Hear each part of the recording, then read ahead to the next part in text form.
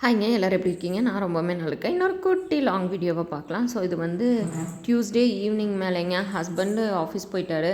நானும் பாப்பாவும் மட்டும்தான் நல்லா படுத்து தூங்கணும்னு நினச்சி பாத்திரத்தையில் அப்படியே சிங்கில் போட்டு நானே என் ஹஸ்பண்டு எக் ரைஸ் செஞ்சுருந்தேன். அவர் கிளம்புறாரு, ஏர்லியராகவே கிளம்புனாரு கொஞ்சம். அதனால் எக் ரைஸை சாப்பிட்டுட்டு நல்லா படுத்து தூங்கணும், கதவை தாள் போட்டுன்னு நினச்சேங்க. என் பொண்ணு வந்து இன்றைக்கின்னு பார்த்து ஒரு 9 o'clock எந்திரிச்சவ 11 o'clock தூங்க ஆரம்பிச்சு 1:30க்கு எந்திரிச்சிட்டாங்க. நான் எல்லாம் முடிச்சு போய் படுக்கலாங்கும்போது எந்திரிச்சிட்டா. சரி அப்போவே வந்து பாத்திரம் கழுகலாமா அப்படின்னு யோசித்தேன். சரி வேண்டாம், படுத்துட்டோம் அப்படின்னு சொல்லிட்டு 4 o'clock வரைக்கும் விட்டுட்டேங்க. காலையிலேருந்து போட்டது ஃபுல்லாகவே சிங்கில் இருந்துச்சுங்க. நானும் நிறையா வீடியோவில் போடுறேங்க, பாத்திரம் கழுவுறேன்னு. என் வீடியோவை வந்து எந்த லேடிஸும் பார்க்குறதில்லன்னு நினைக்கிறீங்க. ஏன்னா ஒருத்தங்க கூட ஆமாம் இல்லைன்னு கமெண்ட் பண்ணுறதில்ல. ஏன் அப்படின்னா கமெண்ட் பண்ணணும்னு நான் கட்டாயமாக சொல்லலை. பட் ஏன் அப்படின்னா பாத்திரம் கழுவுறது ஒரு இரிட்டேட்டிங்கான ஒர்க்காக எனக்கு ஃபீல் ஆகுதுங்க. அப்போ அது எனக்கு மட்டும்தான் ஃபீல் ஆகுது போல், எல்லாத்துக்குமே ரொம்ப ஜாலியாக தான் இருக்குது போல். அதனால தான் அந்த விஷயத்தை ஒரு பெரிய விஷயமாகவே எடுத்துக்கிறது இல்லை. என் பொண்ணு கிச்சனில் வந்து பார்க்குறாங்க. அவளால் உள்ளே வர முடியாது, நடுவில் சேர் இருக்கிறதுனால. வந்து கொஞ்ச நேரம் நின்றுட்டு இருந்தா. அதுக்கப்புறம் அவ்வளோதாங்க, கிளம்பிட்டா. எங்கே போய் என்ன உருட்டிகிட்டு இருக்கான்னு தெரில. சரி நானும் அப்படியே இருக்கட்டும், கொஞ்சம் நேரம் வாக்கரில் நம்ம ஒர்க் எல்லாமே கம்ப்ளீட் பண்ணிக்கலாம் அப்படின்னு சொல்லி அதுக்கு எட்டி பார்த்துட்டே என்னோடய வேலையை செஞ்சுக்கிட்டே இருக்கேங்க. அதுக்கப்புறமா காஃபி போடலாம் அப்படிங்கிறது தாங்க பிளானு. காஃபிக்கு வந்து நான் பால் வாங்கி கிட்டத்தட்ட 3 days ஆச்சுங்க. ஆமாங்க, சண்டே நான் வாங்கிட்டு வந்த பாலுங்க. சண்டே, மண்டே, டியூஸ்டே 3 days ஆகிடுச்சு. நான் கொஞ்சம் கொஞ்சமாக காய்ச்சிட்டு இருந்தேன். நான் மொத்தமாக காய்ச்சி வைக்கவே மாட்டேங்க. காய்ச்சி ஃப்ரிட்ஜுக்குள்ளே வச்சுட்டு அதிலிருந்து ஊற்றிட்டு இருக்க மாட்டேன். நான் பேக்கெட்டில் கொஞ்சமாக கட் பண்ணி ஊற்றி வச்சுடுவேன்.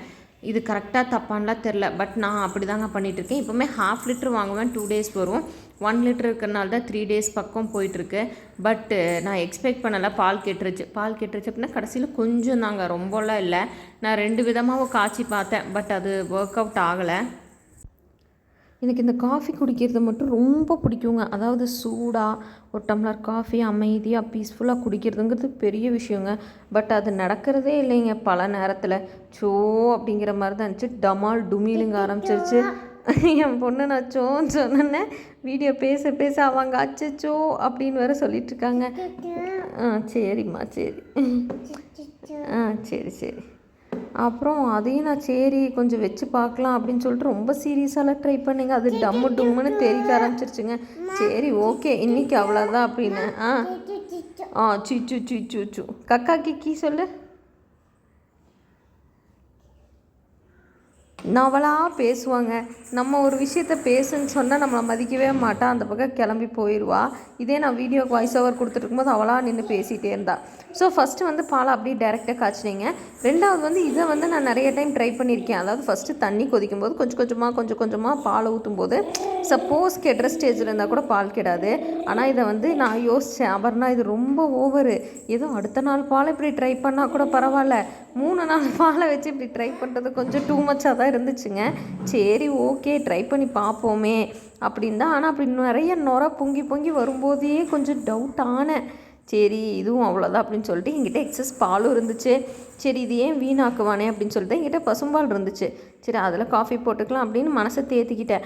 ஆனாலுங்க பேக்கெட் பாலில் காஃபி குடிக்கிற மாதிரி இருக்காது.